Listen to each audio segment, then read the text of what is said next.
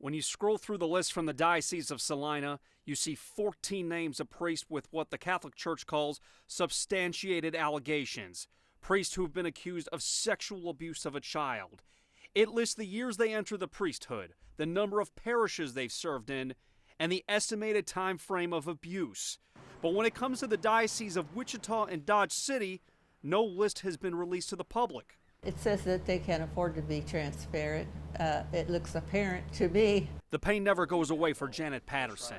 The Patterson family accused Robert Larson of sexually abusing her son Eric for nearly a year while he was an altar server in Conway Springs.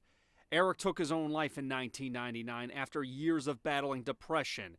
Janet said they didn't know about the alleged abuse until months before he died. And I understand the feelings of hurt and pain and anguish. Larson was convicted of molesting boys in 2001, and a judge sentenced the former priest to 5 years in prison.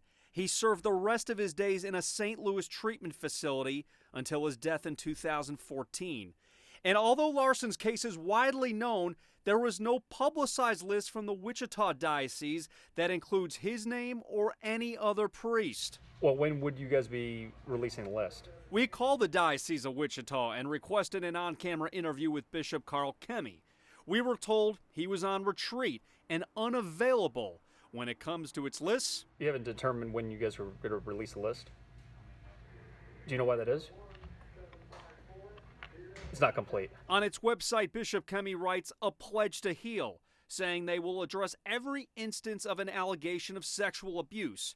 A representative told us the reason they haven't released the list of priests accused of sexual abuse was because it is under audit. That's really not surprising then, because they're very close-mouthed about everything else. So, that's a shame. We also requested an interview with Bishop John Brungart from the Diocese of Dodge City.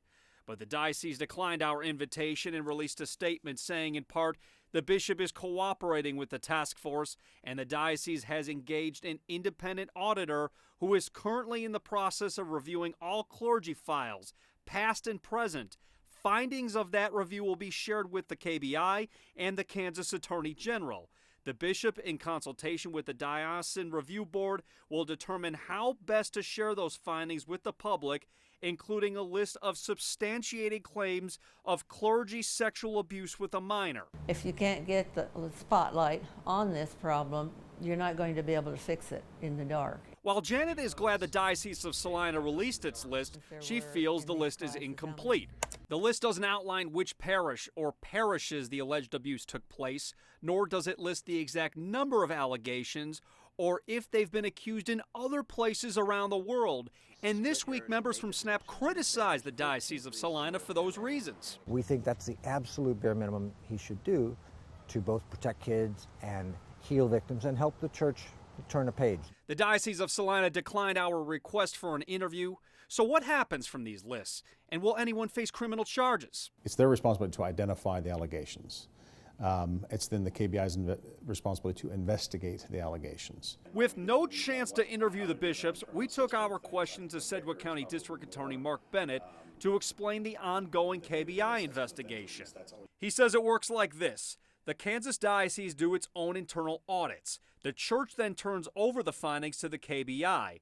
But the KBI has also asked the public to come forward if anyone has clergy abuse allegations. And then see if we are within the statute of limitations, see if there's a potential case that could be made criminally, at which point they'll bring their results to me. Will it be fairly easy to know if the church has been forthcoming given what KBI gets and compared to what the diocese gives you guys?